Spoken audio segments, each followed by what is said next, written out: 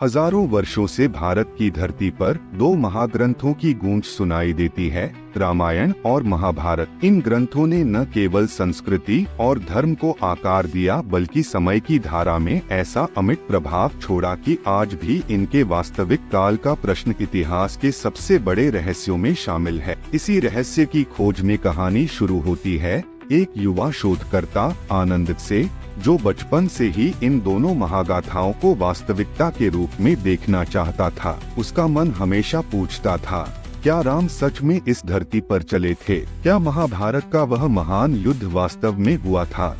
और अगर हुआ तो इन घटनाओं का असली समय कौन सा था? इसी खोज ने उसे हिमालय की ऊंचाई पर बसे एक प्राचीन आश्रम तक पहुंचा दिया, जहां एक वृद्ध संत रहते थे, शांत, स्थिर और समय के रहस्यों के ज्ञाता। उस दिन सुबह की हवा में ठंडक थी, नदी धीरे धीरे बह रही थी और लकड़ी की आग की महक वातावरण को पवित्र कर रही थी। आनंद संत के चरणों में बैठकर बोला, गुरुदेव, मैं इतिहास में उत्तर खोजता हूँ, पर हर कदम पर रहस्य और विवाद मिलते हैं। बताइए, रामायण और महाभारत वास्तव में कब हुए थे?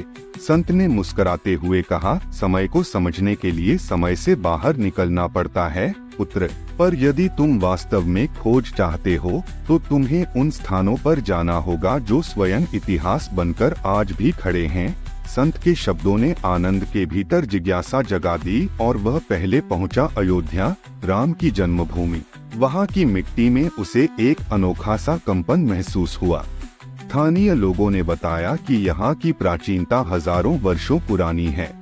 खुदाई में मिले अवशेष बताते हैं कि यह नगर लगभग 7000 वर्ष पूर्व भी एक विकसित बस्ती था। इससे उसे पहला संकेत मिला कि रामायण केवल कथा नहीं, उस युग का वास्तविक इतिहास भी हो सकता है। इसके बाद वह भारत के दक्षिण छोर की ओर बढ़ा, रामेश्वरम, जहां समुद्र की लहरों के बीच अब भी राम सेतु के अवशेष देखने को मिलते हैं। वैज्ञानिकों के अनुसार इस पुल की उम्र 7,000-10,000 वर्ष हो सकती है। आनंद खड़ा समुद्र को देख रहा था। लहरें उस पुल से टकराकर वापस लौट रही थीं, मानो हजारों वर्षों के इतिहास की फुसफुसाहट सुना रही हो। उसे लगा कि त्रेता युग शायद इतिहास से उतना दूर नहीं जितना आधुनिक कैलेंडर हमें दिखाता है। उसकी यात्रा यहीं नहीं रुकी। अब वह पहुंचा कुरुक्षेत्र, महाभारत की युद्ध भूमि। इस धरती पर कदम रखते ही उसे ऐसा लगा जैसे हवा में अब भी रथों की गर्जना और धनुषों के टकराने की आवाजें गूंजती हों। यहाँ के मंदिरों और पुरातात्विक स्थलों पर उसने पढ़ा कि युद्ध के बाद हुई बाढ़ का उल्लेख महाभारत में मिलता है और हस्तिनापुर की खुदाई में मिली बाढ़ की परतें इस वर्णन से आश्चर्यजनक रूप से मेल खाती हैं। इससे उसमें विश्वास बढ़ा कि महाभारत की घटनाएं किसी काल्पनिक युद्ध का वर्णन नहीं बल्कि वास्तविक इतिहास का प्रतिबिंब हैं। वह आगे बढ़ा द्वारका की ओर, कृष्ण की नगरी, जो समुद्र के भीतर डूब जाने के लिए प्रसिद्ध है। जब उसने तट पर खड़े स्थानीय गोताखोरों से बात की और समुद्र के नीचे ली गई तस्वीरें देखी तो वह स्तब्ध रह गया। विशाल दीवारें, लेकिन याद रखना, इन घटनाओं का प्रभाव उनके काल से कहीं बड़ा है। यही कारण है कि समय बीत गया पर कथा जीवित है, क्योंकि वह सत्य केवल इतिहास नहीं, धर्म, संस्कृति और मानव जीवन का मार्गदर्शन भी है। आनंद ने महसूस किया कि रहस्य सुलझाना संभव है, लेकिन कुछ सत्य इतने विशाल होते हैं कि उनके उत्तर में भी रहस्य रहता है।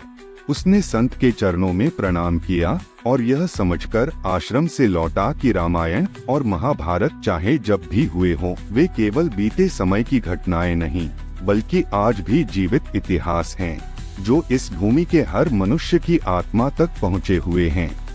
चौड़ी सड़कों जैसी संरचनाएं और पत्थर के बने भवनों के अवशेष पानी की गहराइयों में सोए हुए थे। वैज्ञानिकों का मानना है कि यह नगर लगभग 3500 से 5000 वर्ष पुराना है। आनंद के मन में अब एक नई तस्वीर बनने लगी थी। महाभारत का काल आधुनिक इतिहास से लगभग 5100 वर्ष पुराना हो सकता है, जो द्वापर युग के अंत का समय माना जाता है। लेकिन उसके मन में अभी भी एक प्रश्न था, त्रेता और द्वापर युग की समय सीमा क्या थी? वह वापस हिमालय लौट आया और संत से बोला, गुरुदेव, मैंने कई प्रमाण देखे हैं। कभी लगता है रामायण 7000 वर्ष पुरानी है, कभी लगता है महाभारत 5000 वर्ष, पर धार्मिक ग्रंथों के अनुसार ये युग लाखों वर्षों तक चलते थे।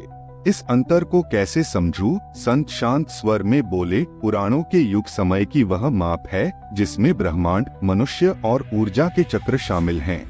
इतिहास के वर्ष मानव सभ्यता की माप हैं। दोनों सच्चे हैं, पर दोनों की भाषा अलग है, इसलिए टकराते नहीं, पूरक बनते हैं। आनंद यह सुनकर मौन हो गया। उसे समझ आ गया कि इतिहास को केवल सालों में बांधकर नहीं देखा जा सकता, क्योंकि कई सत्य ऐसे होते हैं जो अनुभव और संस्कृति में जीवित रहते हैं, न कि केवल कागज पर। संत ने आगे कहा, तुम्हारी खोज तुम्हें 2 निष्कर्ष देती है। पहला, रामायण संभवतः 6000 से 7000 वर्ष पुरानी घटना है, और दूसरा, महाभारत लगभग 5000 वर्ष पुराना वास्तविक युद्ध था।